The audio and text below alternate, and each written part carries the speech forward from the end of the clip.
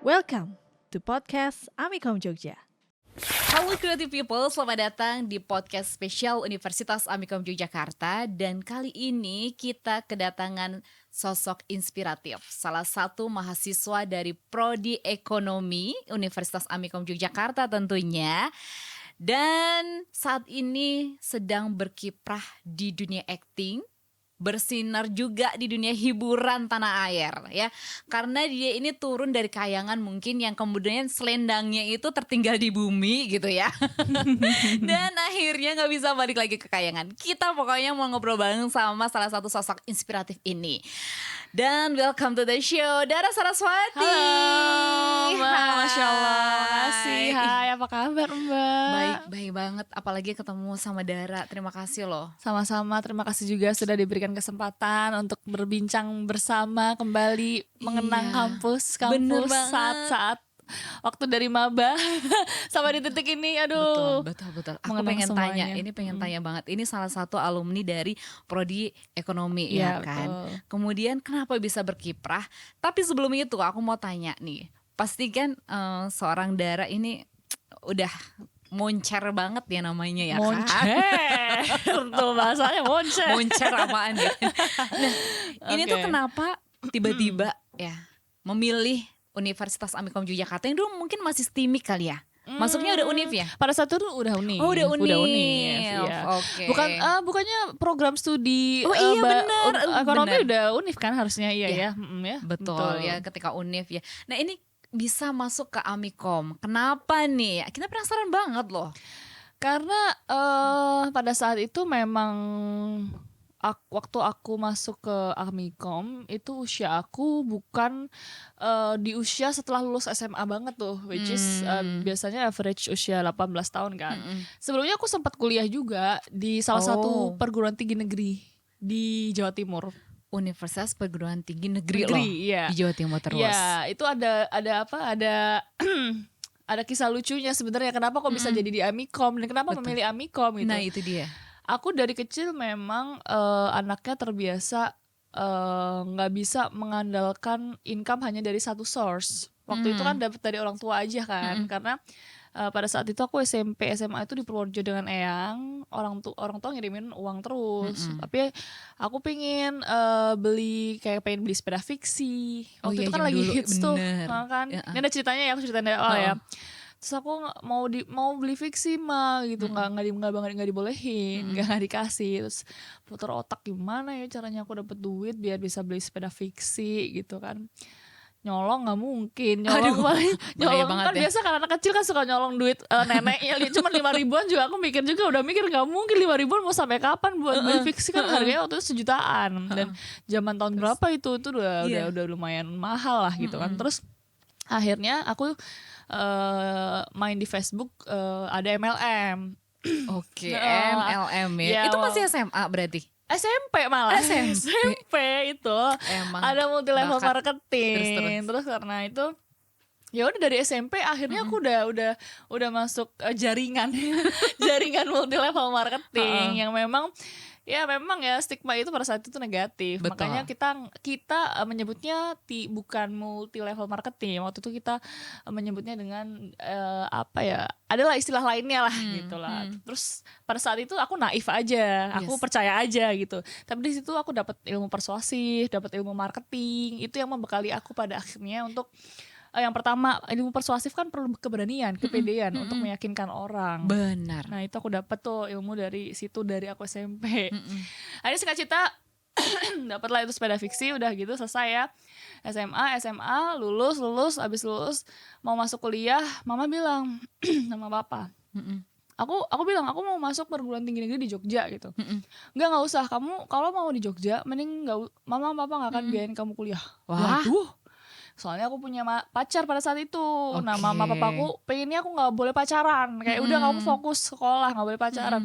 Jadi harus pisah tuh. Pacar aku LDR ya. pacar aku di Jogja biar aku putus. Maka mereka harus memisahkan aku ke Jawa Timur. Oke. Oke, mau minum dulu boleh loh. Aman. Ya, aman. Terus. Setelah itu intinya aku sabotase. Itu aku emang maksudnya kok gitu gue ya dari dulu ya. Mama aku bilang kamu harus kuliah di Surabaya gitu. Aku bilang aku gak mau, kalau di Surabaya aku mending gak usah kuliah. Ya udah fair aja di tengah-tengah gimana? Ya udah gini, aku pilih Surabaya, abis itu Malang ya gitu ya. Di Malang ya gitu kan. Ya perguruan tinggi juga. Terus ya udah oke. Nah aku sabotase. Aku pilih Malang. Emang niat Karena ada 3 prodi gitu. iya. Karena aku nggak suka di Surabaya. Aku emang bukan nggak suka sama orang tua aku. Aku seneng. Cuman nggak suka kotanya. Aku orangnya pengen mencari sesuatu yang baru. Aku kepo sama Malang. Nggak pernah ke Malang kan. Dan di situ kan masuk perguruan tinggi terbaik nomor 5 di Indonesia tuh di Malang itu. Intinya singkat cerita itu nggak pakai jalur nggak pakai jalur undangan ya, nggak pakai jalur raport. Aku ujian masuk lulus. Emang cerdas dari Masya awal sih. Masya Allah, alhamdulillah, Masya Allah. Lulus lah aku masuk itu. Aku udah ya ini udah tak lunas nih aku masuk perguruan tinggi ini gitu kan. Gitu. Nah disitulah mulai masalahnya adalah di situ aku gak punya koneksi. Bayangin aku dari SMP sampai SMA itu jaringanku semua di Purworejo, Jogja. Koneksiku semua di situ. Aku terbiasa kerja di situ, cari duit di situ. Dulu nggak cuma MLM tapi juga aku gabung ke band, nyanyi bareng band jazz gitu kan. Nyanyi as a singer gitu kan. Terus aku modeling juga udah dari SMA tuh modeling. Jadi waktu pindah ke Malang tuh ini source income aku mampet, nggak ada, cuma dari mama. Sedangkan mama tuh nggak ngejorin gitu loh ke anaknya. Terus aku coba macam-macam lah itu Bu. Aku coba juara risoles sendiri. Ya pagi-pagi tuh subuh ke pasar ya kan. Terus aku titipin di kantin. Tapi lama-lama pegal juga, nggak seberapa juga. Aku harus kuliah, aku harus cari duit. Sampai pada saat itu ada website bajakan yang sekarang udah diblok-blokin pemerintah. Tuh ada website bajakan film. Tapi orang-orang belum pada tahu. Aku udah tahu. Aku downloadin, aku jualin aja filenya ini per film 2.000 ya, 2.000. Emang sih entrepreneur dari awal. Udah Gak bisa nih.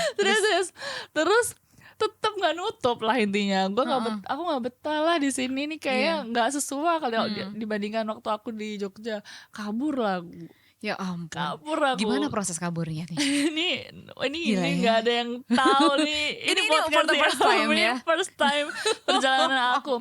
Karena aku masuknya jalur tes ya, bukan jalur undangan atau jalur rapor. Sehingga aku kan tidak pernah memakai ijazahku. Cuman ya kan udah terdaftarkan aku memang lulusan SMA mana. Jadi ijazah tidak ditahan sama universitas tersebut, ya kan. Jadi ya pergi aja.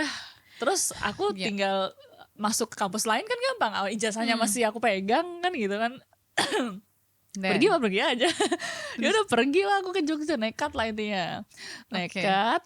Aku pengen nyari duit pokoknya. Aku nggak cuma pengen kuliah, aku juga pengen punya duit gitu kan. Gak enak hidup terbatas. Keinginan banyak ya. Gak enak aku pengen nyari duit. Pulang lah aku ke Jogja, teman-temanku di Jogja, koneksiku di Jogja semua. Makanya pada saat itu gak langsung kuliah. Setelah itu aku nyari duit terus karena aku ngerasa aku pindah dari Malang ke Jogja adalah sebuah keputusan di luar ketentuan orang tuaku, sehingga aku harus bertanggung jawab atas keputusanku. Nah, itu dia. Maka berarti mereka tidak punya tanggung jawab untuk membiayaiku ketika aku tidak mau mengikuti aturan mereka. Nah itu dari situ aku bilang ke mama, papa udah ya nggak usah ngirimin uang. Itu padahal aku belum pede banget tuh. Belum tahu kerja apa gitu ya. Tapi karena aku udah pede kan, di Jogja aku banyak koneksi lah. Nanti modeling lagi, aktif lagi, nanti ada duit. Udah aman, pokoknya mama papa santai aja. Aku ini bisa bayar kuliah sendiri kok, bisa ini sendiri kok. Karena PTN kan nggak terlalu mahal waktu itu. Jadi kan mamaku ngiranya aku masih di situ, masih di PTN itu. Masih di PTN yang ngiranya. PTN Malang itu kan nggak terlalu mahal biaya per semesternya. Murah lah kalau negeri. Padahal itu udah di Jogja ya. Itu udah di Jogja. Oh my God. Itu udah di Jogja. Terus yaudah aku kerja pokoknya ngumpulin duit. Namanya kalau awalnya tidak semudah itulah membangun relasi lagi, mengkoneksi lagi. Ternyata di Jogja udah lebih banyak model-model yang udah lebih senior, lebih gede ya kan, lebih jago. Terus band aku udah punya penyanyi baru. Udah tidak punya posisi lah. Yang ada bergen position lagi aku di situ. Ya mulai lagi dari nol. Ternyata tidak semudah itu. Makanya ngumpulin duit susah tuh. Maksudnya kurang lebih 3 tahun ya. 3 tahun? Ya 3 tahun untuk Itu terus ngapain aja? Kan udah band nggak nih? Kemudian modeling masih? mulai lagi. Mulai lagi dari nol bisa lagi. Wow. Tapi dari nol ya. I Jadi see. nge-reach out nge-reach out kita door to door kayak aku udah di Jogja lagi nih, ayo kapan proyekan bareng. Maksudnya gak usah dibayar dulu, kita bikin porto aja biar seenggaknya orang aware dulu daerah Sarasvati sekarang udah di Jogja lagi. Itu dulu yang aku lakuin gitu. Gil Karena sih. orang-orang taunya aku udah di Malang, jadi makanya Iya, udah kayak ya udah nggak ada kerjaan masuk gitu. Udahlah mulai pelan-pelan mulai dari nol, kumpul. Dulu modeling juga nggak seberapa. Dulu aku dimulai dari dibayar. Berapa? Dulu aku dimulai dari dibayar Per per hari loh, bayangin. per hari gitu. ya. Aku rela-relain gak apa-apa lah, yang penting orang tahu aku di Jogja dulu. Itu 150.000 tuh dari pagi sampai sore. Pegel banget. Itu jadi model make up ya kan. Oke. Terus setelah itu naik, makin lama kan makin dikenal, makin naik sampai di titik per 2 jam tuh 500.000, Wah. per 4 jam Iya. 600.000 sampai 700, aku lupa itu. Nah itu saat itu di Jogja udah oke Gede lah, ya. karena kan kita compare-nya sama UMR Jogja, betul. ya jadi itu udah oke lah, itu udah pencapaian yang lumayan lah. Itu tuh kan takes time juga untuk sampai di titik itulah. Tapi pada saat itu ya udah alhamdulillah gitu. Udah karena living cost di Jogja. Ini aku tidak bilang, aku pernah disemprot gara-gara aku masuk salah satu, ini boleh sebut merek podcast lain gak sih? Gak boleh? Gak boleh, boleh oke. ya, gak boleh. Oke. Salah satu podcast lain yang cukup gede ya, yang omong botak itu. Tahu kan? Kesepil banget sih. Aku disemprot gara-gara ngomong living cost di Jogja murah. Aduh, murah gimana Mbak, dimarah-marahin gitu. Mungkin mereka belum bandingin ya living cost di Jakarta gimana, living cost di Surabaya gimana. Aku kan yang udah pernah tinggal di sini, di situ, di sini gitu ya. Kalau dia comparationnya hanya di satu region dengan pendapatan dia, ya nggak murah jatuhnya. Betul. Tapi coba kamu bandingin, kamu keluar, jadi kamu bisa paham kenapa aku bisa bilang seperti itu. Jadi pada saat itu aku udah paham living cost di sini ya sejalan lah dengan UMR-nya. Yes. Nggak jomplang gitu loh. UMR-nya memang tidak terlalu tinggi, tapi living cost-nya juga tidak terlalu tinggi gitu. Udah setelah itu intinya ngumpulin duit, berhasil lah aku mengumpulkan duit sambil riset ini aku mau masuk kampus mana ya. Masuk perguruan tinggi negeri lagi, itu maksimal adalah kalau nggak salah 3 tahun setelah kita lulus.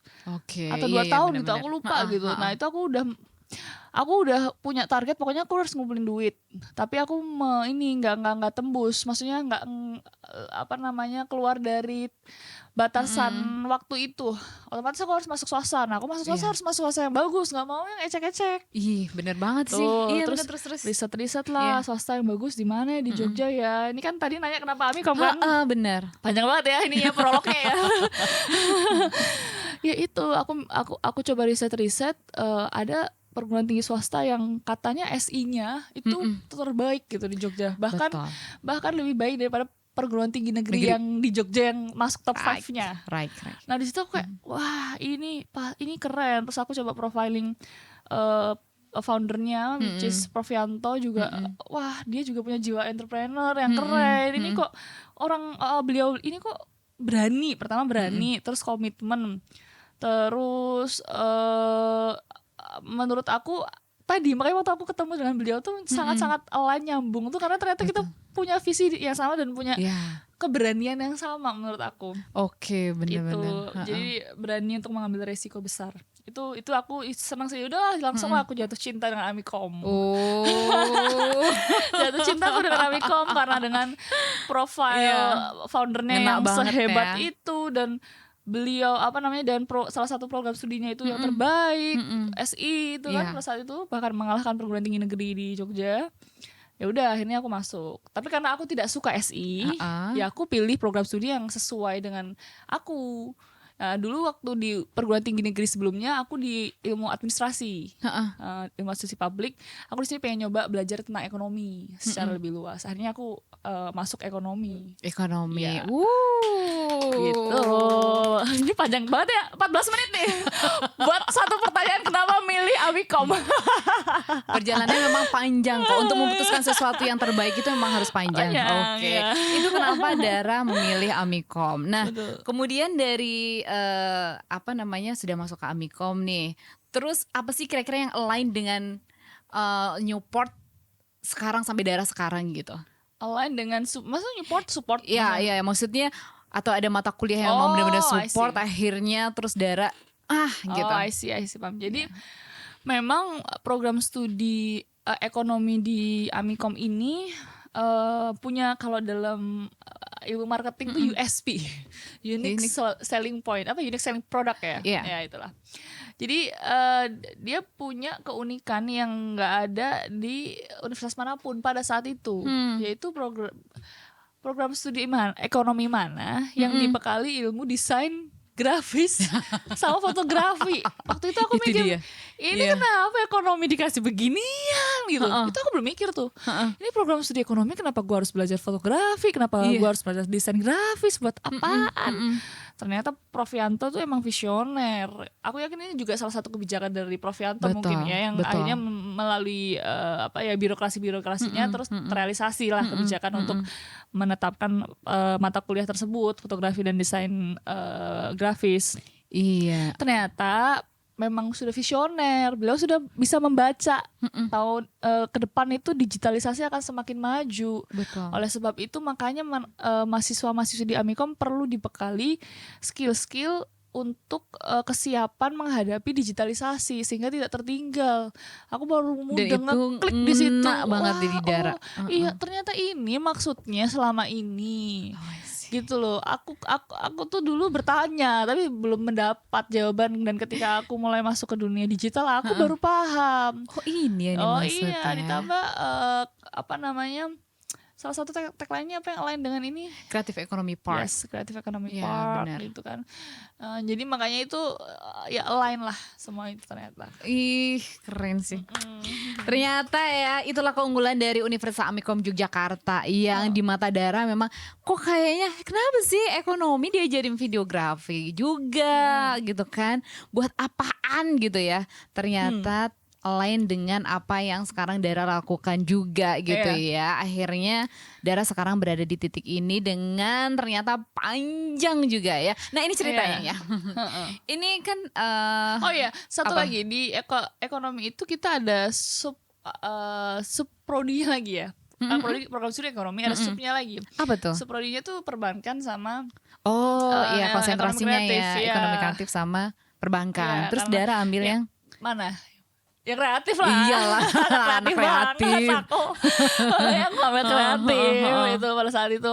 Udah di situ makin dapat lagi tuh ilmu-ilmunya. Tapi walaupun kita kreatif, kita tetap diajarkan basic-basic ekonomi secara global juga, statistik, ilmu statistik, statistika dan lain sebagainya itu kita dapat, manajemen, akuntansi itu tetap dapat gitu. Cuman pas pada saat ambil konsentrasi kreatif lebih kepada e-commerce kayak gitu-gitu. Terus ekonomi di digitalisasi lah, di ekonomi digital ya. Itu dimasukin. Wah, itu ya creative people. Jadi kenapa Dara pilih yang namanya prodi ekonomi gitu ya? Ternyata memang di semua line dari program studi di Amikom itu diajarin fotografi, kemudian desain grafis juga. Oh iya, semua prodinya. Bener. Jadi di akuntansi itu juga misalnya kalau di akuntansi gitu, nggak cuma kita ngitung debit kredit, kemudian balance dari mereka itu ya, apa namanya aku juga kurang ngerti. Ya. Terus itu tuh ternyata diajarin juga tentang kriptografi yang kayak gitu, digital ekonomi gitu. Ternyata wah, cryptocurrency maksudnya. Iya, kriptografi gue bilang. Cryptocurrency. Emang suka gitu sih ya. Emang suka gitu. Kayaknya minum dulu deh. Iya, aku belajar kripto juga sih. Tapi waktu itu belajarnya itu otodidak. Oh gitu. Pada saat itu aku belum diajarin, belum ada. Oke, nah ini sekarang udah ada. Ini balik lagi, tadi udah tentang Amikom. Akhirnya ketemu sesuatu yang cocok. Dan kalau di Amikom ya, yang kemarin Dara lewati mungkin ya. Ini kan orang kadang mikir kalau kuliah mah, aduh beratnya mah di skripsinya. Kok tiba-tiba Sunda? Sunda ya, pindah tempat. Sunda ya? Emang asal Sunda? Asal Sundawi. Oh Sundawi, Sunda dan Jawi. Jawi banget. Oke, terus bagaimana? Nah, terus paling susah kan itu di skripsi ya. Nah, ini gimana biar teman-teman tuh nggak jadi momok gitu? Tahu nggak? Fun fact-nya sebenarnya aku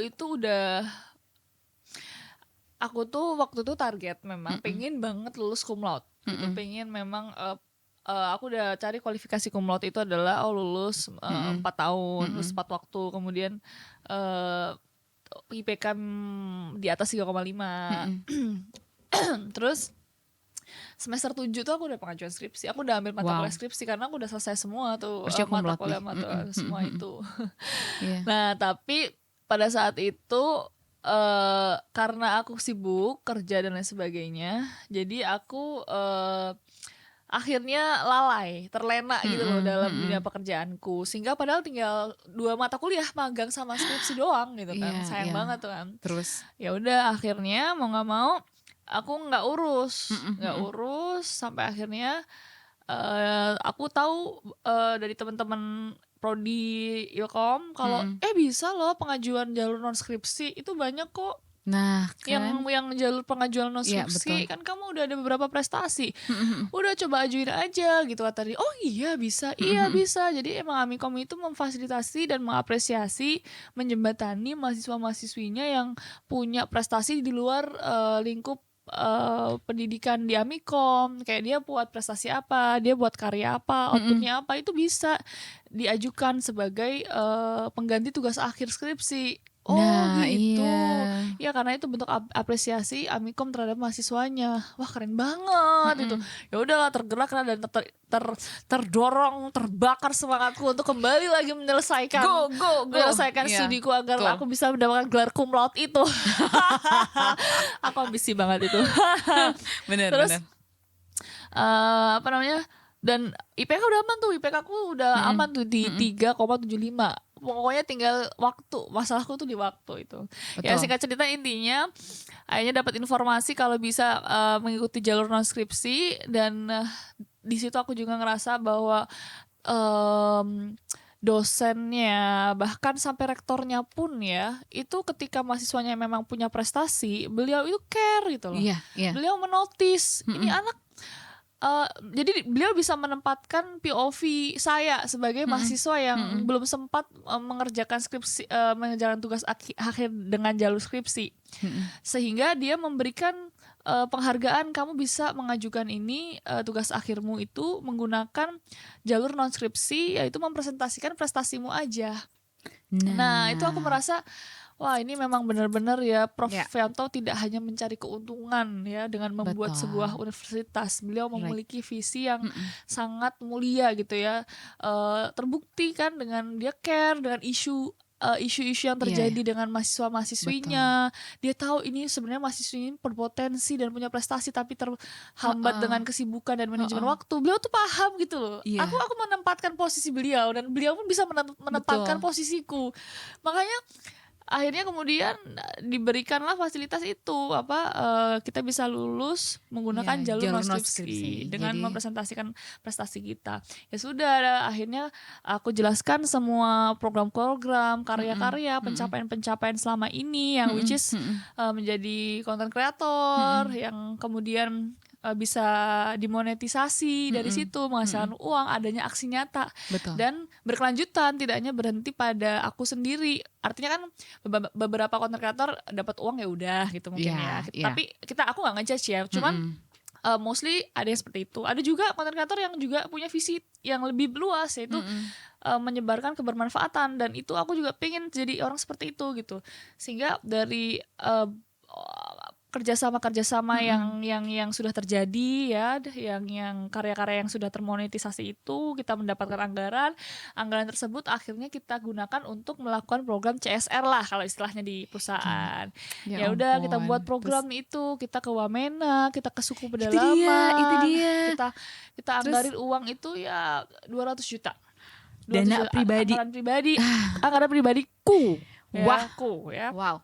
Kita Terus? anggarkan itu 200 juta pokoknya untuk membantu anak-anak di Wamena lah, itu yang memang Itu. kekurangan. Terus juga membantu mengangkat budaya di CDC Sentani di Jayapura. Itu ada tuh di Sentani, Di ada Sentani. Kampung Yoboy sama Kampung Asei. Di situ banyak sekali output kerajinan tangan maupun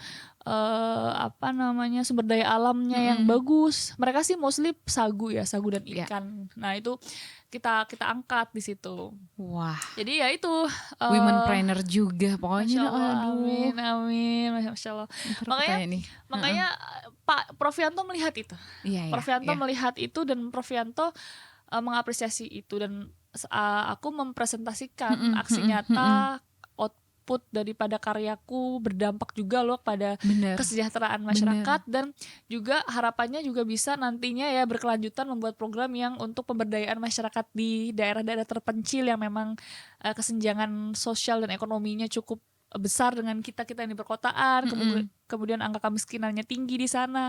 Ya pengennya ada program berkelanjutan untuk pemberdayaan mereka supaya bisa menggerakkan pertumbuhan ekonomi di distrik-distrik tersebut. Amin, mudah-mudahan disupport banget sama pemerintah ya. Amin. Nah itu jadi Creative People ya. Memang di Amikom ini ada jalur skripsi reguler dan ada jalur skripsi non reguler. Nah salah satunya yang non reguler itu tadi bisa menjadi aktris, kemudian konten kreator gitu ya. Kemudian untuk saintis juga ada. Jadi kalau kalian merasa berat skripsi harus dengan setebal 1 rim gitu, tenang aja, di Amikom ada yang namanya skripsi non reguler. Jadi kalau mau masuk boleh banget ya di pmb.amikom.ac.id. Sekarang lagi dibuka gelombang kedua ya guys. Karena itu tadi yang aku bilang, pendirinya, jajarannya nih orang-orang yang open mind. Betul. Orang-orang yang visioner, orang-orang yang melihat perkembangan zaman. Zaman itu kan terus berubah, harus ada sesuatu yang diupdate. Makanya itu yang keren. Jadi nggak strict di konvensional, lama-lama kita ketinggalan. Itu poinnya. Jadi kalian generasi Gen Z, after generasi Gen Z itu apa sih? Gen Y ya apa sih? Adalah aku lupa itu Alpha ya.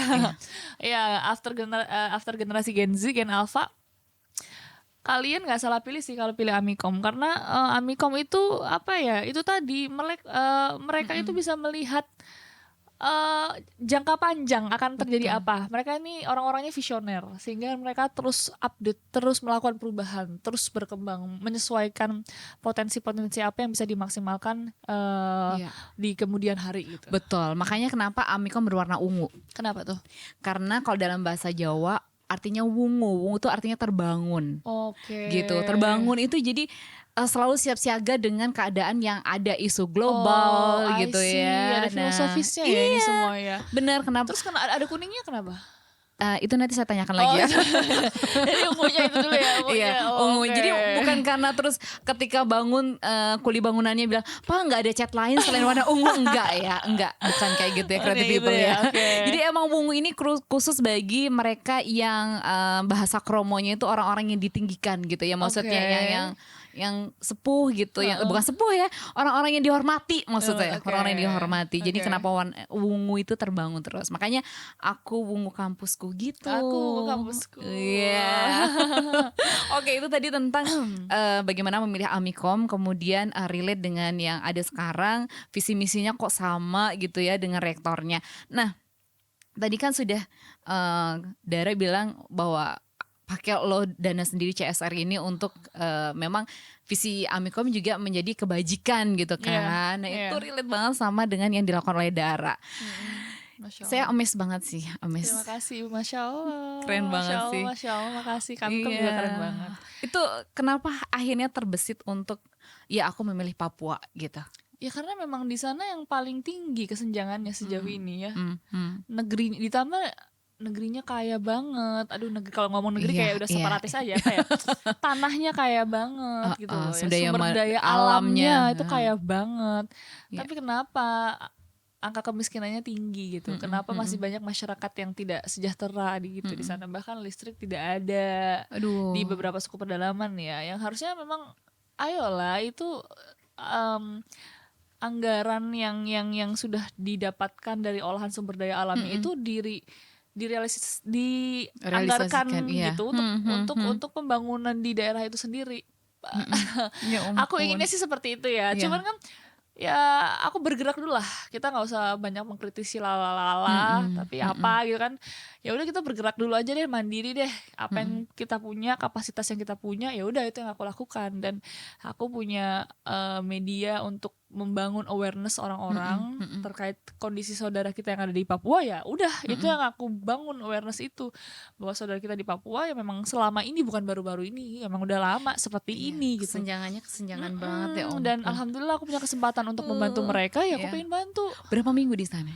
Seminggu ya Mon ya, seminggu. 1 minggu. Aku pengen bantu gitu, iya. aku pengen bantu dan aku juga pengen kalian sadar, siapa tahu banyak orang yang pengen bantu gitu, ayo bareng-bareng gitu.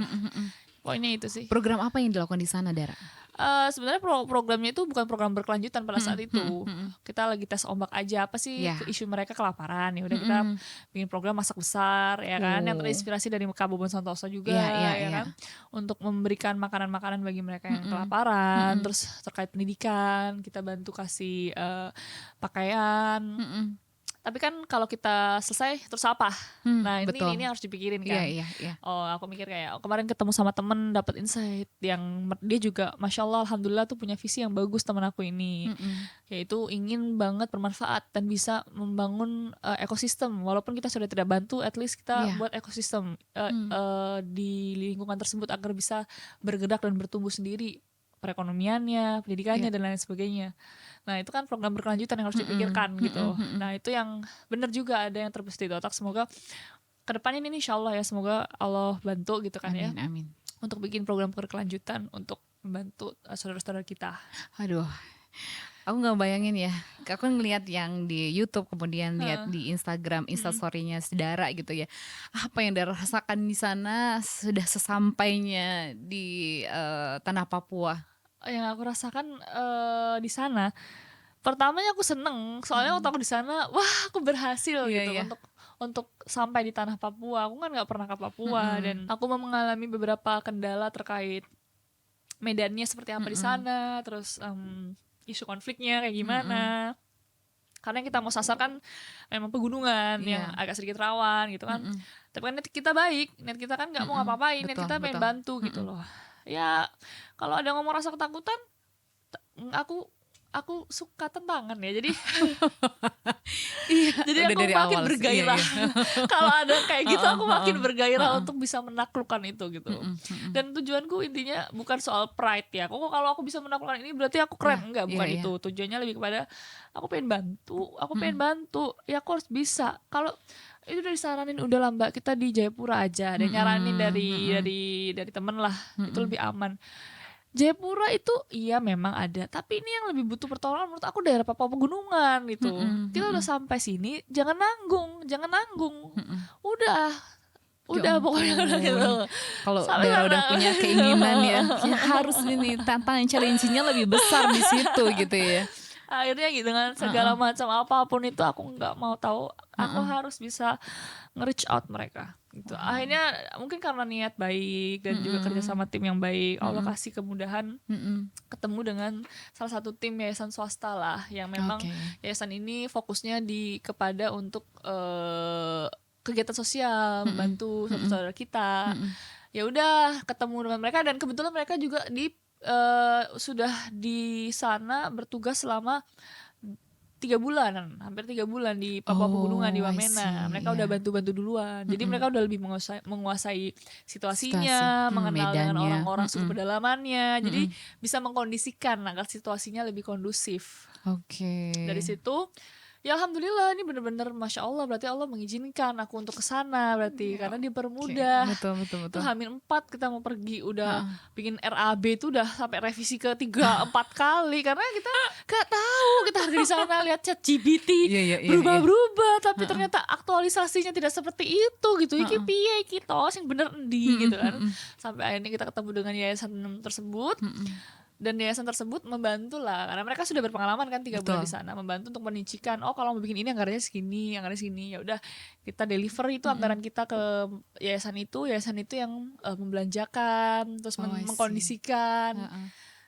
semuanya di sana, menjembatani kita. Makanya Masya Allah itu juga Iya, menurut saya bener. juga ya karena niat baik insya Allah dibantu sih sama Allah. Iya, bener banget. Ini niat baik banget karena nggak semua orang bisa berpikiran yang sama. Karena aduh, kalau dipikir ya orang pembisnis ya, duit segitu ya kan, duit segitu bisa bikin bisnis yang lain atau kita beli sesuatu yang lain gitu, tapi Dara nggak melakukan itu. Luar Aku biasa percaya ada sih. faktor X sih. Aku Oh, I see. aku pernah baca ada seorang pengusaha di mana dia itu dia menganggap bahwa dirinya sedang berpartner dengan Allah. Oh, I Jadi see. kayak sebagian persen dari keuntungannya itu adalah milik Allah. Iya, iya, iya. Let's say 80-20, aku agak lupa detailnya. 20%-nya milik Allah. Jadi 20% itu selalu dia sedekahkan gitu. Dan itu yang membuat bisnisnya terus tumbuh dan berkembang. Artinya selalu ada faktor X. Ada faktor X itu ya faktor Allah gitu. Betul. Kayak jalur langit lah kalau istilahnya anak-anak TikTok itu kan jalur langit. Nah, itu Iya. kita libatkan Allah dalam semua hal sih harusnya di kehidupan itu. Bertransaksi dengan Allah ya caranya termasuk gitu ya. di berdagang, di berbisnis betul. itu libatkan Allah. Insya Allah semua, Ih, insya Allah Masya dibantu. Allah. Wih, keren banget sih. Itu gitu juga aku karena komentarnya. banyak dapat referensi dari teman. Oh, alhamdulillah, Masya Allah. Love banget. Nah, itu dari sisi sosialnya Dara. Nah, ini kan kita Oke. nah, itu tuh kita kan nonton kemarin ya Dara ya. Sayap Patah Dua Olivia. Bagaimana seorang Dara yang jadi konten kreator kemudian beralih ke dunia acting? Nggak terlalu ini sih, nggak terlalu Oh ya? jomplang sebenarnya. Karena masih sama-sama satu lingkup entertain ya, dunia hiburan ya. Tapi kan harus ada olah wajah Iya, gitu betul, kan. betul. Olah Tantangannya kan di ekspresi situ. gitu. Nah, Tantangan itu gimana? baru dan challenge-nya challenge baru kan di situ ya. Kan dibilang aku suka tantangan. Karena itu sesuatu hal yang baru dan menarik. Dan menurut aku itu bisa menambah value aku dalam menguasai skill yang baru, which is skill acting. Ya aku mau coba gitu. Dan alhamdulillah lagi-lagi nih,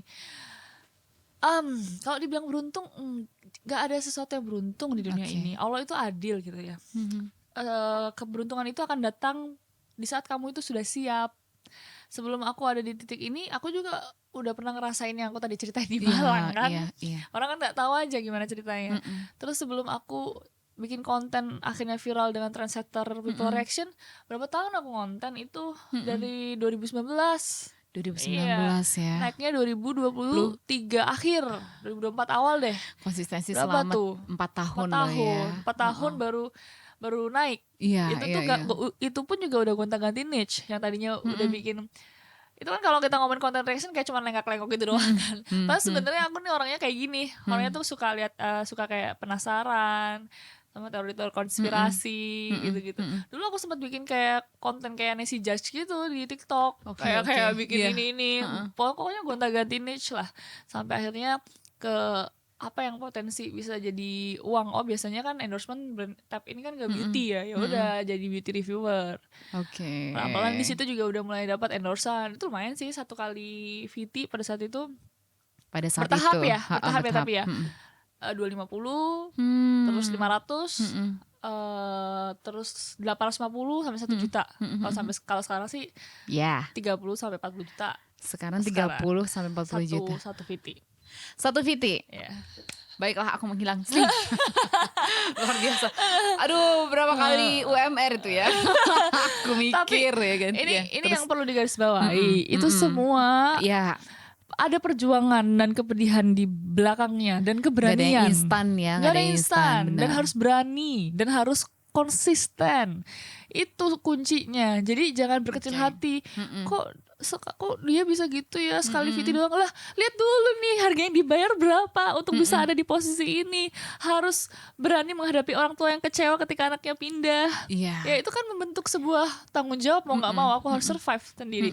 Bisa nggak kalian melakukan itu coba? Untuk bisa ada di titik ini kan banyak Betul. kepedihannya juga yang harus kita lakukan gitu. Itu keputusan yang sangat berat sekali loh ketika harus istilahnya bukan melawan orang tua ya, tapi berbeda pandangan dengan Berbeda orang pandangan. tua dengan Because gitu this ya. is my life. Aku tidak mau dikontrol gitu. Dan even dari orang tuaku, dan kan tujuanku baik, bukan untuk kayak jahat ke orang tua. Betul. Bahkan tujuanku aku pindah supaya aku bisa survive dengan uangku sendiri, dan aku tetap kuliah pada akhirnya, dan aku ketemu dengan Amikom. Wow. Iya kan, itu kan gitu. Kecuali kalau aku memang anak nakal yang kayak nggak peduli gitu sama masa depan, kayak pengen bebas aja dari orang tua. Kalau bebas kan orang tua di Surabaya, aku di Malang aja udah bebas gitu. Boleh. Ya kan? Iya. Tapi kan bukan itu tujuanku. Aku punya tujuan sendiri, aku punya mimpiku sendiri, dan aku pengen mencapai itu gitulah. Ya aku mendobrak batasan yang diberikan oleh orang tua aku Gak sendiri. semua orang bisa kayak gitu. Apalagi tadi yang namanya konsistensi. 4 tahun loh guys, creative people. Jadi kalian ya harus berani mengambil keputusan karena untuk hidup kalian, tapi kalian harus bertanggung jawab. Bertanggung jawab itu paling gitu penting. Jangan kamu udah pergi, abis itu kamu balik nyusahin orang tua. Itu malu. Itu nggak boleh. Jangan kayak gitu. Dan juga boleh. Tetap baik, kalimatku pun tetap baik ke orang tua. Bagaimana? Aku jujur, setelah aku udah kuliah, udah kerja, udah punya duit, udah kuliah, aku bilang, mohon maaf ya, kalau ternyata selama ini 3 tahun ini aku tuh udah gak kuliah di perguruan tinggi negeri Malang. Aku tuh sedih lah. Kalau mama kecewa sedih, papa marah gitu kan. Terus aku bilang, tapi aku sekarang udah kuliah mah di Amikom di Jogja gitu kan. Dia sedihnya kok dari perguruan tinggi negeri ke perguruan tinggi swasta, itu tuh nggak menentukan seseorang akan sukses di mana kok Ma. Kan aku juga nggak bodoh untuk ngelihat value instansi kampusnya. Ini kampus bagus, aku bilang gitu. Ini kampus punya potensi gitu loh, dan aku makanya pilih di situ. Tapi lihatlah Ma, selama 3 tahun aku hidup kan aku bisa survive sendiri, cari duit sendiri, dan tetap bisa kuliah pakai uang sendiri loh Ma. Tapi kalau mungkin aku masih di Malang, mungkin aku masih jadi anak mama yang cuma ngandelin duit dari mama papa. Coba ya aku tahu aku salah, aku nggak izin, tapi ya aku juga punya pilihan dalam hidup mama papa gitu. Setelah melakukan diskusi seperti itu, mereka akhirnya mengerti dan mereka malah minta maaf ya. Mungkin mama papa juga terlalu sibuk sampai nggak bisa tahu anaknya ternyata udah 3 tahun pindah ke Jogja. Mama papa minta maaf. Jadi oh my God, ada pendekatan-pendekatan kok untuk bisa dilakukan kalau kita punya tujuan. Ya lakukanlah negosiasi, diskusi, berdiplomasi dengan orang tua kita. Tapi luar biasa. Dan saat ini kita kehadiran Rektor Universitas Amikom Yogyakarta. Terima kasih Prof. Iya nggak apa-apa Prof. Mau silakan kita in frame Prof. Wah, aduh, Masya Allah saya ketemu langsung. Iya. Terima kasih. Masih ada 2 buku lagi. Iya. Yaitu tentang visual effect dan penyutradara. Wah, di sini lagi. gitu. Ini mas saya. Iya. Thank you. Terima kasih Prof. Ini dikasih 3 lagi. Iya, 4 ya sudah ya. Masih ada 2 lagi. Jadi masih ada 2 lagi, biar ada sini lagi. Yaitu penyutradara dan visual effect. Thank you. Makanya animator aku keren-keren. Iya dong, sekali lagi selamat datang ya Terima Prof. kasih ya. Wah, kaget banget sumpah. Masya Allah, kaget banget. Tadi Prof Yanto Langsung dari Rektor Universitas Amikom Yogyakarta. Nangis dulu. udah habis nangisnya gara-gara mata 2 sih. Kalau belum mungkin nangis. Wah, Masya Allah, ini baik tadi banget kejutan beliau banget. tuh, Dan humble kita nggak baik. ada yang dinamanya di rundown ya untuk Prof Yanto bisa datang ke sini. Aku kaget, Masya Allah. Wah baik banget ya, humble banget beliau nih, Masya Allah. Makanya emang ya Rektor Amikom ini selalu support mahasiswanya, alumninya untuk terus berkembang.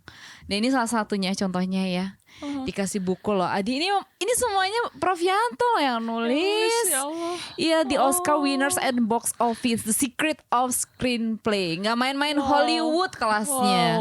Iya Wow, kan? luar biasa Prof Yanto. Wah, ini tuh Prof Yanto udah menulis berapa ratus buku ya, berapa puluh buku Beliau ya? ini memang memang punya hobi di film ya. Benar, Iya, film dan beliau- animasi. Beliau ini makanya saya melihat beliau ini, saya nggak tahu kepedean ya, tapi saya memang orangnya harus pede. Kalau nggak pede lo nggak hidup. Kalau gue nggak pede gue nggak di sini sekarang gitu. Gimana? Saya dan beliau tuh punya kesamaan menurut saya, yaitu kita ada jiwa entrepreneur, tapi Ya. kita seniman juga. Bener. Itu yang saya Bener, lihat kesamaannya. iya. Tapi mungkin kelasnya beda ya kalau dengan beliau. Beliau lebih lagi gitu. Iya. Makanya aku sangat terinspirasi dengan beliau karena memiliki kesamaan yang yang aku mungkin kalau diolah lagi akan semakin matang. Makanya kesamaannya kalau beliau di film ya, kalau saya tuh saya suka nulis sih. Suka nulis juga. Aku tuh punya second account yang isinya semuanya tulisan aku. Oh iya? Nggak disepil boleh nggak? Nggak boleh. Nggak Karena boleh. itu tulisan-tulisanku. Oh ya sudah. Aku suka menulis. Nggak semuanya tentang percintaan, tentang ironi sebuah kehidupan. Itu aku tulis semua di second account. Ya Jadi itu kayak ampun. sebuah tempat di mana aku bukan, kalau orang kan buat apa membuka topengnya ya, bukan itu. Aku second account semua pure tulisanku. Saksikan atau temukan di bookstore kesayangan kamu nantinya ya. Amin ya. Ada salah satu karya Dara yang namanya tentang tulisan Dara, perjalanan Dara, bisa Allah ya, biografinya Dara. Insya Allah nanti Amin ya. Saat ini sih untuk lebih ke ini sih, bukan apa ya, bukan warisan ya, peninggalan lah. Jadi kayak aku ketika nanti di titik ini aku bisa mengenang, kan enak ada foto kan. Jadi ketika aku nulis tuh biasanya backgroundnya foto, aku gelapin terus aku tulis. Jadi aku tahu pas nulis ini tuh momennya lagi sedang apa, lagi ngapain. Itu kayak sebuah album perjalananku yang nanti. Dan itu juga butuh konsistensi juga ya. Untuk menulis itu gimana? Kan itu hobi. Kalau hobi kan passion. Jadi gitu kayak justru itu pelampiasan emosi ketika kita capek, ketika kita sedih. Seniman tuh beda. Seniman tuh gitu. Begitu, ngikutin perasaannya. Iya, seniman tuh butuh melampiaskan sesuatunya. Nah, biasanya kita melampiaskan mungkin kalau penyanyi mereka bikin lagu, lirik, mereka bikin instrumen, itu seniman yang di situ. Kalau film mungkin seperti Profianto ini, jadi dia menggambarkan imajinasi karyanya, passionate-nya melalui sebuah buku, visual. Visual kan, kalau aku lihat memang passion beliau ini di film ya. Ini semua bukunya terkait film semua lagi. Iya, yang kemarin juga saya dikasih bukunya film juga. Kemarin ya. Iya, makanya memang beliau ini kayaknya memang film hobinya. Dia beliau ini seniman dan entrepreneur. Iya, ini cinematography of Oscar winners and box office sama semuanya. Ini editing, sinematografi. Yang ini the secret of screenplay, semuanya dapat. Sama kan. Yang ini editing. Oh iya, ini editing, ini sinematografi, ini apa? Screenplay. Iya, itu kan komponen-komponen dalam membuat sebuah karya film. Kaget loh kita, Prof. Tapi terima kasih. Luar biasa supportnya. Semoga ya nanti someday kalau aku ada aku tuh pengen sih sebenarnya membuat sebuah karya. Karya tulisan yang mungkin nanti nggak tahu ya, siapa tahu bisa difilmkan dari tulisan dan novel itu, atau sebuah buku edukasi, aku nggak tahu, dari perjalanan hidup aku. Ya someday mungkin ya. Amin kita aminin saat bareng-bareng. Saat ini sini lebih kepada pelampiasan emosi. Oh gitu. Itu kayak bukan ya, emosi kan buat tentang marah ya, bukan sedih, semua tentang marah, senang, bahagia, happy, itu semua aku catatkan, itu perjalanan aku di situ gitu. Kayak journaling gitu ya. Jatuhnya ya. Tapi versi digital dan lebih berseni, karena kita bisa kasih gambarnya, tulisannya bisa kita kasih edit kan, fontnya enak banget. Itu kan. Jadi benar-benar kita lampiaskan semua di situ. Bisa loh. Tapi balik lagi ya, ini tadi benar-benar surprise banget Profianto bisa hadir di sini, tahu Dara di sini ya. Karena terus supportnya luar biasa sih dari kemarin. Masya Allah, memang beliau baik sekali. Oke, lanjut nih ya. Ini karena Dara pakai baju sayap-sayap patah dua Olivia ya kan. Kemarin juga ngelihat acting Dara luar biasa loh. Ya ampun, terus bersanding dengan Masya Allah, aktris dan aktor terbaik Indonesia gitu ya, yang memang udah mendewa lah, legend lah ya, gitu ya. Gimana bersanding dengan Arya Saloka bersama Meriam Bellina nih?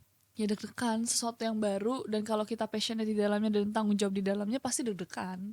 Kalau nggak deg-degan berarti kita nggak aware gitu kan, nggak bertanggung jawab gitu. Kecuali atau bahkan orang yang udah sering pun kadang tetap deg-degan loh ketika dia benar-benar kayak pengen all out di situ, karena takut nggak maksimal. Nah itu yang aku rasakan. Aku ketika berkontribusi di sini aku deg-degan karena aku takut aku nggak bisa mengimbangi dan nggak berkontribusi maksimal di produksi film ini.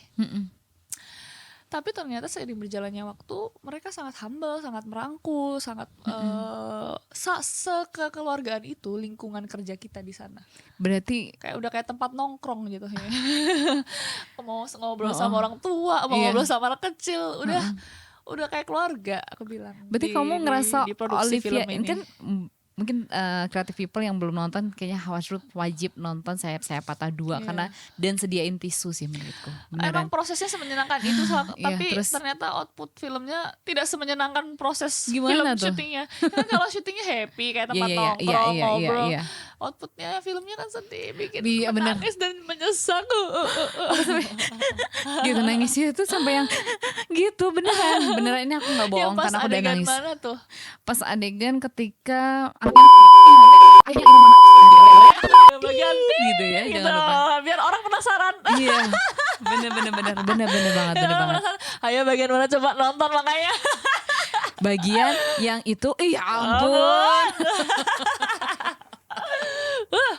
Aduh, bikin nangis dah. Enggak, sumpah aku nangis banget sampai yang sesenggukan karena waktu itu Dara bilang, Mbak jangan lupa bawa tisu.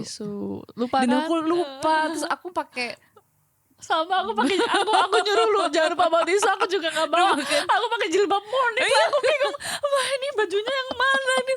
Mau pinjam jilbabnya? Pakai jilbab aku. Padahal aku udah nonton keempat masih nangis lagi. nonton keempat ya. Iya. Ya ampun. Bener ini gak gimmick loh. Beneran. Iya. Aku juga pakai jilbab akhirnya mau nggak mau kan malu ya sebelahnya kan cowok ya. Habis itu dia. Nah, dia gitu. Dia nangis juga. Aku bilang gitu. Anak muda kan. Sebelah aku tuh Pak Dekan DAK. Oh, direktur akademik ya. Pak Dekan DAK. Iya, salah direktur akademik. Maaf. Nah, itu beliau itu kalau udah mau nangis langsung lihat HP biar nggak jadi nangis. Malu. Kayaknya sih iya gitu, malu ya makanya. Terus tapi beliau ngaku, ini bapak-bapak ini sebelah saya ini mau nangis pasti liatnya HP. Ini saya juga. Ya loh. Tapi benar. Tapi selain cuma bukan hanya bikin nangis aja, tapi ada sisi romansanya gitu kan. Terus ada sisi family, bagaimana melihat whole family itu gimana, ada sisi jiwa yang kosong, ada kayaknya kok komplit ya. Komplit sekali di situ. Dan itu best dinamis ya. Benar, best on true story ya. Iya benar. Itu apalagi yang dari gitu. kisah nyata. Dari kisah nyata loh, jadi kayak mana kalau nggak nangis tuh. Iya beneran kayak yang itulah pokoknya ya. Kamu nonton sendiri ya. Nah karakter ya, bicara karakter. Kalau dari Dara sendiri karakternya di situ seperti apa sih? Aku di sana sebagai Missouri ya, dan itu udah pada tahu harusnya teman-teman yang udah nonton ataupun yang udah lihat trailernya. Itu sosok guru ya, yang punya cukup peran penting di storyline film ini.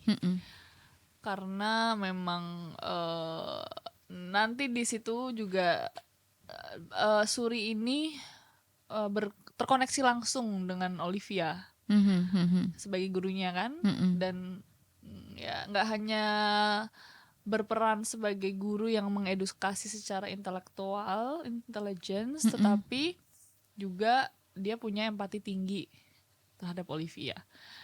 Nggak tahu kenapa kok tiba-tiba itu di trailer kok ada tatapan tuh sama Pandu tuh, kenapa ya? Nggak tahu tuh. Kenapa dia ya? Nonton kalau mau tahu nonton aja. Ada apa Pandu sama Missouri? Apa biasa aja? Apa emang mereka saudaraan gitu? Atau mereka bestie dari kecil gitu? Tonton aja deh. Nah itu bagaimana cara mendalami karakter? Apakah memang harus baca story juga ya, story ininya skripnya juga. Nah itu gimana cara dalaminnya? Ada proses reading namanya. Reading itu kita 1 bulan mendalami karakter itu. Kita baca skripnya, nggak boleh dihafal ya, dipahami, didalami, dihayati sebagai orang itu. Bahkan kata acting coachku, kalau perlu kamu nulis dari semua yang kamu baca tentang si Suri ini di karakter Suri di skrip ini, kamu tulis Suri seperti apa. Jadi kamu tulis sendiri itu supaya kamu bisa makin mendalami Suri itu siapa dan kamu itu siapa sebagai Suri gitu. Itu kayak gitu sampai. Jadi emang kita harus mendalami peran, dan itu prosesnya selama 1 bulan. Nah, hampir tiap hari, kayaknya libur sehari deh. Reading terus. Ya. Iya dong, harus dong konsisten dong. Dengan lawan main kita readingnya.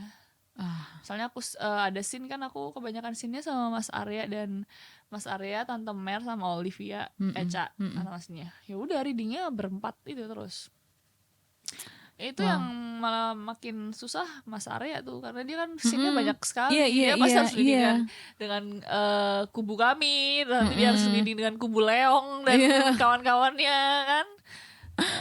Terus belum itu sih memang semakin ya beliau sudah keren banget ya karakternya. Ya udah kuat lah karakternya dia. Skillnya maksudnya skill Betul. Skillnya juga aduh. Apalagi penggemarnya banyak ya. Iya, banyak sekali. Ini aku boleh nggak di-spill? Apa? Kan penggemarnya ini kan memang tingkatannya ini ya dewa ya. Iya. Pernah nggak kena hate speech komen gitu? Kalau ini nggak boleh. Oh nggak boleh ya. Aman ya. Aman jangan dong. Aman Nanti ya. gue diserang lagi kalau gue ngomong. Wah, makin diserang gue. Nggak, jangan. Take out nih yang ini. Tapi mainnya semuanya secara profesional tentu Profesional, ya. benar. Oke. Dan lingkungannya sangat sehat. Nah ini Dara ternyata udah mau 1 jam ternyata kita seru banget ya. kita ngobrol ya. Aku gak kerasa banget tuh beneran. Sama lagi. Iya. Sampai minum aja keminum sedikit doang minum. Karena saking serunya. Nah ini dari semua yang whole kehidupan kamu ternyata kalau kita ngelihat sekarang enak banget gitu. Sekarang enak banget ya kan. Lihatnya orangnya ya. Tapi ternyata di belakang itu kamu harus berjuangan berpisah dari orang tua untuk ketika SMP sama SMA sama Eyang di Purworejo ya.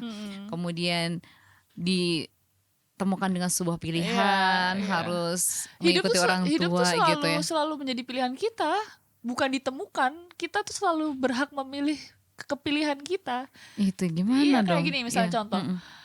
Aku pernah baca buku, lupa lagi namanya bukunya apa gitu ya, tapi yang mengena banget di otakku tuh adalah kalau kamu tidak suka dengan kehidupan kamu sekarang, maka itu yang salah kamu. Segala sesuatu yang terjadi di hidupmu adalah 100% tanggung jawabmu. Paham gak artinya apa? Misal contoh, kamu mau berangkat kerja, ban kamu kempes, bocor, atau kamu ketabrak, ya kan, kempes. Kamu mau milih marah-marah, ngomel, sedih, habis itu seharian kamu kesel, atau pas bocor ya udah kamu pilih untuk tetap tenang, dibawa ke bengkel, selesaiin, habis itu kamu tetap lanjut kerja, kamu kasih buktinya kamu abis kena musibah, kerja lanjut udah. Sesimpel itu pilihan kita mau merespon marah atau enggak, kan gitu. Kita nggak bisa ngontrol yang terjadi di luar. Kalau kita terbawa arus dan terbawa emosi itu terus, jadi kita yang dikontrol oleh keadaan, kita yang dikontrol oleh orang nanti. Dan aku nggak mau dikontrol oleh orang, jadi aku harus bisa mengontrol. Kalau mau mengontrol sesuatu, kontrol diri dulu dari respon apa yang bisa kita keluarkan ketika kita mendapat masalah. Itu. Jadi aku kalau bilang ditemukan pilihan, semua hal yang terjadi di kehidupan kita, semua aktivitas ini tuh pilihan. Ini dikasih Prof Yanto. Mau aku baca atau enggak itu pilihan aku. Ya kan? Itu pilihan semua itu. Tinggal kamu mau milih yang mana. Jadi hidup kamu tuh 100% tanggung jawab kamu. Dan itu harus diolah terus ya. Makanya banyakin baca buku. Banyakin ngobrol sama orang biar pikirannya kebuka. Ngobrol sama orang. Banyakin berdoa karena kadang-kadang kebablasan juga nggak bagus kan. Jadi biar tetap ada ilmu agamanya untuk membatasi hal-hal yang ini udah melenceng dari agama gitu. Itu penting karena apapun itu kan ujungnya tetap kalau aku sebagai Islam kan akhirat ya. Ujungnya tetap ke akhirat. Dan dunia ini memang selalu berkorelasi dengan akhirat gitu. Jadi itu penting juga sebagai basic yang dipegang gitu. Iya. Karena ideologi di dunia itu banyak banget. Kalau nggak punya prinsip kuat tuh bisa ke bawah sana sini. Nah itu. Ini aku pengen banget catatan buat teman-teman apalagi yang lagi di Jogja. Dia jauh dari orang tua. Kayak Dara tadi akhirnya bisa loh aku jauh dari orang tua, mengambil keputusan sendiri.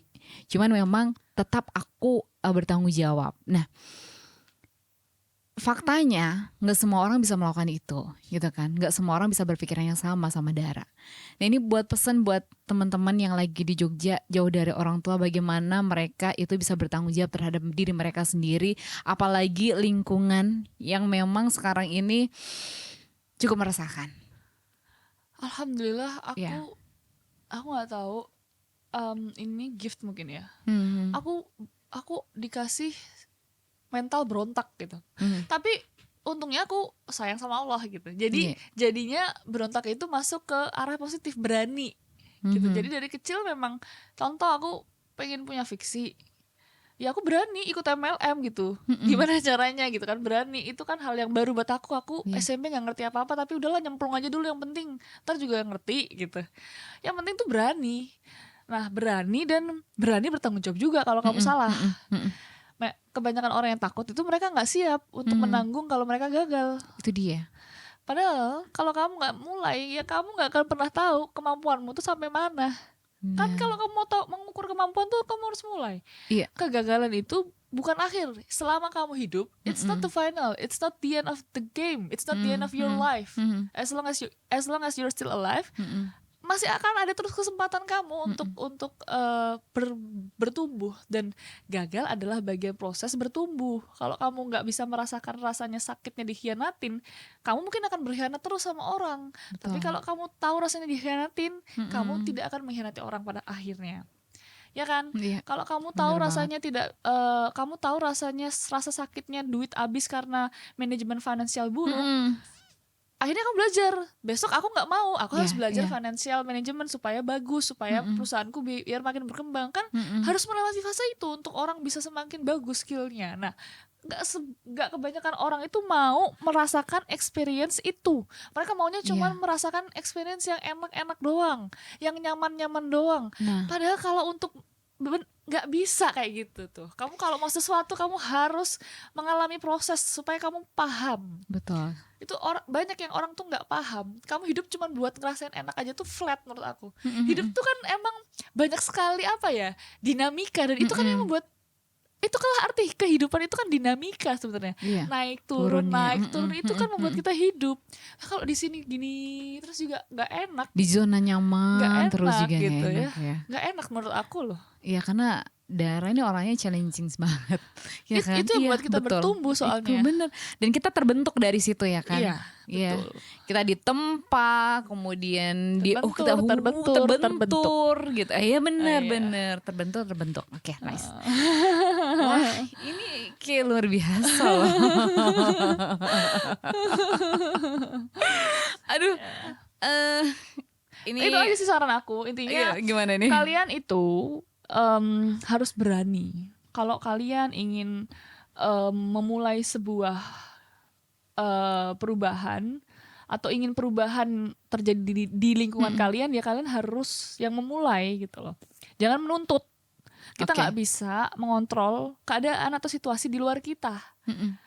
Ya, fokus kepada apa yang bisa kita kontrol dan kita lakukan, yaitu aksi nyata aja. Kayak daripada kalian tuh mengkritik sana sini atau nyinyir sana sini, mending kamu bergerak lah. Contoh kayak misalnya kamu iri sama pencapaian orang lain, daripada iri nyinyirin jelekin sana sini, mending bergerak, belajar, perbanyak skill biar kamu bisa seperti orang itu. Dekati kalau perlu. Orang sukses itu tuh seneng loh deketin, mereka tuh seneng berbagi ilmu sebenarnya. Ya karena mereka nggak takut, mereka tuh tahu value-nya, mereka tuh nggak takut dan mereka paham rezeki udah ada yang ngatur juga gitu. Jangan iri tuh ya makanya beda, susah ini soal mindset. Bener, mindset ya, lagi-lagi mindset sih. Makanya aku kasih saran untuk anak muda, banyakin nongkrong atau banyak lihat podcast orang-orang yang sudah berhasil itu, biar kalian tuh bisa melihat POV atau sudut pandang perspektif mereka. Itu penting daripada kalian nongkrong nggak jelas, nyinyir, gibah, ngerokok, ngopi, anak-anak cowok nih mahasiswa ngegame pun kalau komunitasnya bagus bisa dijadikan sebuah karya. Ya kan sekarang e-sport itu kan e-sport organisasinya itu kan udah ada liganya juga kan itu. Ya udah gabung lah, jadi jadikan sesuatu yang bisa jadi manfaat gitu loh, jangan yang banyak mudorotnya. Wes, itu tok sih pesan dariku gitu ya. Jadi buat teman-teman semuanya, creative people tadi ya, berani tapi harus berani tanggung jawab, kemudian konsisten juga. Kemudian kalau kalian punya ditempa Allah ya, punya Tuhan, nah sebagai batasan, sebagai sandaran, batasan itu ada Tuhan ya yang kalian percayai ya masing-masing. Aduh, satu aku nggak pengen berakhir sih. Masih banyak list pertanyaan, tapi kita udah 1 jam. Dan mungkin ada closing statement dari Dara buat teman-teman atau creative people yang nonton kita kali ini? Kalau tadi pesannya udah disampaikan ya. Kalau terkait dengan teman-teman yang mungkin nih punya cita-cita yang sama, Amikom bisa menjadi salah satu jembatan untuk kalian bertumbuh dan berkembang. Udah, itu aja. Keren banget. Terima kasih. Terima kasih Dara udah berkenan hadir di sini, udah bercerita yang mungkin belum pernah diceritakan di podcast lain juga tadi ya. Belum lagi nih. Semua viral ya. Amin. Biar bisa tahu Iya, gimana perjalanan seorang Dara Sarasvati. Gitu. Iya, karena kita ngelihatnya Dara Sarasvati yang sudah settle gitu ya. Ternyata di belakangnya perjuangannya tuh besar. Mulai dari SMP udah MLM, yang dimana kita kalau kenal MLM tuh negatif, tapi buat Dara itu ada suatu pembelajaran ya, dimana padahal itu posisinya orang tua aku tuh maksudnya bukan dari kalangan bawah ya. Jadi memang karena aku tahu orang tua aku tuh mampu, makanya aku tuh minta gitu loh. Tapi kok nggak dikasih. Jadi mereka memang tidak mengajarkan itu. Karena kebetulan aku tinggal sama yang aku tuh kerja sebagai salah satu manajer di kapal pesiar Holland Amerika. Di restorannya. Jadi aku tuh ngerti. Waktu itu aku udah ngukur kalau duit keluarga gue tuh banyak, tapi kok pelit gitu loh. Karena ternyata mau ngajarin ini ya sebenarnya ya.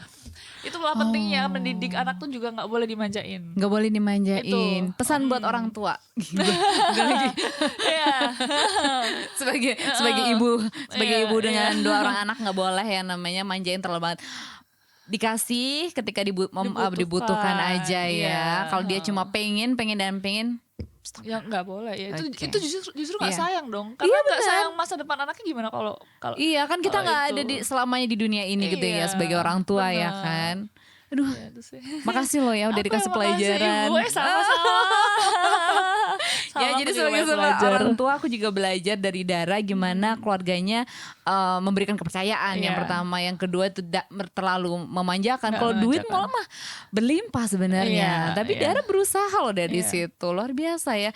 Nah ini keren banget ya kisah perjalanan Dara Sarasvati ini, dan semoga doa kita selalu semakin sukses, menginspirasi banyak anak muda, terutama khususnya dari mahasiswa Amikom Yogyakarta ya, dan calon mahasiswa Amikom Yogyakarta gitu ya. Amin. Dan buat kalian yang belum nonton Sayap-Sayap Patah 2 Olivia, segera nonton karena kena banget. Pokoknya yang kalian cari di sana ada feeling apa, kemudian kesendirian, kekeluargaan, romansa, ada lucunya, dan lain sebagainya, sedihnya, dapet banget ya. Dan bisa nonton bareng Dara Sarasvati di bioskop. Tapi nonton Dara Sarasvatinya. nonton Surinya. Iya. Udah selesai meet and greet-nya ya. Kemarin kan terakhir harusnya di Bogor, tapi demi Amikom nih aku terbang untuk Amikom juga biar nonton bareng. Mantap. Mas Amikom. Mantap. Di luar job desk tapi nggak apa-apa demi alma mater tercinta kan. Bangga banget kita bangga banget. Bangga jadi alumni Amikom, hashtagnya itu bangga jadi alumni Amikom. Oke. Dara sekali lagi terima kasih, sukses selalu apapun semoga yang kamu kejar karirnya diijabahi oleh Allah Subhanahu wa taala. Amin. Semoga CSR-nya terus berlanjut gitu ya, berikan kebermanfaatan untuk orang banyak. Amin.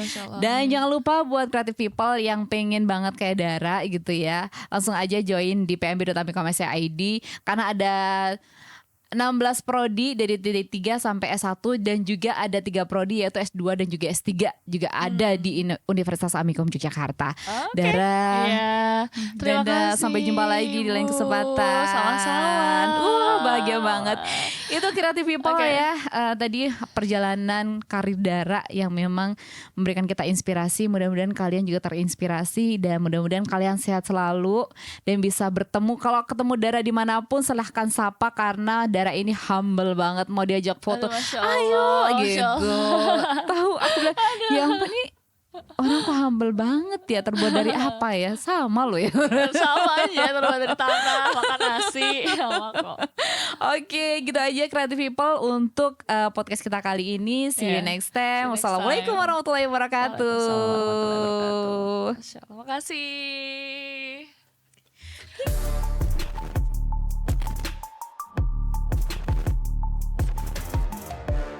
Welcome to podcast Amikom Jogja.